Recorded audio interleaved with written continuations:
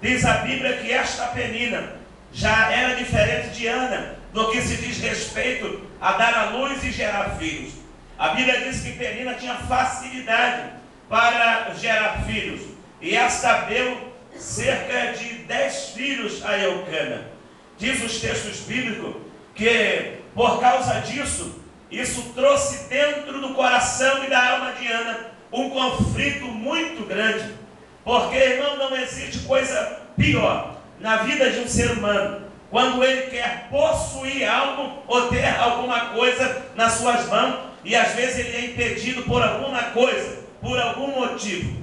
A Bíblia diz que Ana, ela ficava triste. Você imagina que deveria ser mais ou menos assim. De ano em ano chegava alguém na tenda de Eucana e batia ali e dizia: Eucana tem uma notícia boa para lhe dar. E qual é? Penina, sua esposa, acabou de gerar filho agora. Nasceu-lhe mais um filho na sua casa. Irmão, quando Ana ouvia isso, Ana ficava triste. Seu coração ficava amargurado. E era assim sucessivamente, de ano em ano. Sempre alguém chegando para dar um recado para Eucana, dizendo: olha, sua mulher acabou de gerar filho agora. Nasceu-lhe mais um varão ou uma varoa na sua casa. Isso trazia tristeza no coração de Ana. Porque, como eu disse aqui, não existe coisa mais triste na vida de um ser humano, principalmente quando ele tem compromisso com Deus, quando ele é servo de Deus, quando ele vê alguém ter algo, aleluia, que ele não pode ter. Nós estamos debaixo de uma palavra profética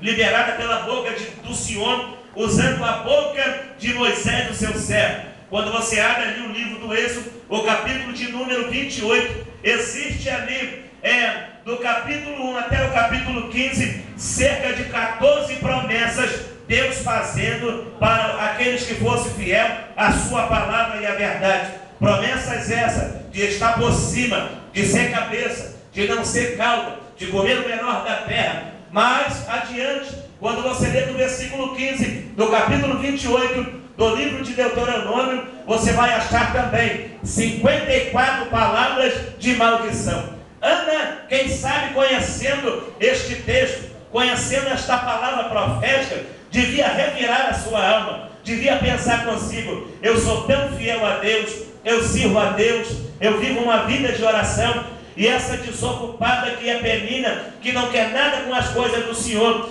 Deus abriu a sua madre e resolveu fazer com que ela venha gerar filhos e mais filhos. A Bíblia diz que um certo homem um dia se pegou em aperto na alma e em tristeza por ver a prosperidade que os ímpios tinham. E quem foi este homem? Asaf. Quando você abre o capítulo, o número 73 do livro de Salmo, você vai ver Asaf dizendo: quanto verdadeiramente bom é o Senhor para com Israel. Quanto a mim, os meus pés quase escorregaram para o abismo, porque ele estava observando a prosperidade dos ímpios. Asaf pensava dentro da sua mente: aleluia, eu sirvo a Deus, eu vou ao templo, eu oro pela manhã, eu oro pela tarde, eu busco a Deus, eu faço a obra de Deus, aleluia. Mas olha os ímpios como é que anda, olha como é que os ímpios passam diante de mim. São pessoas que não têm compromisso com o Senhor, pessoas que nem o nome de Deus quer ouvir, mas a sua casa tem prosperidade, a sua casa é cheia de bênçãos. A Bíblia diz que Asaf começou a olhar para isso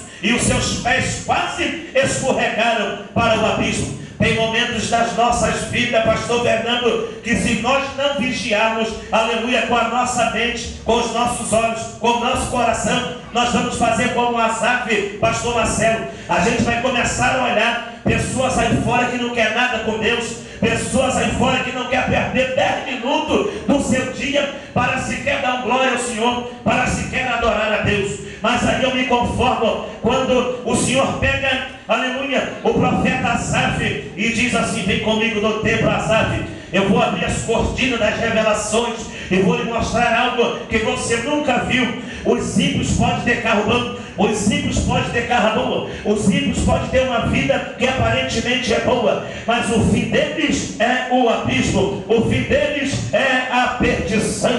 Quando Asaf ouviu aquilo de Deus, aleluia, a sua face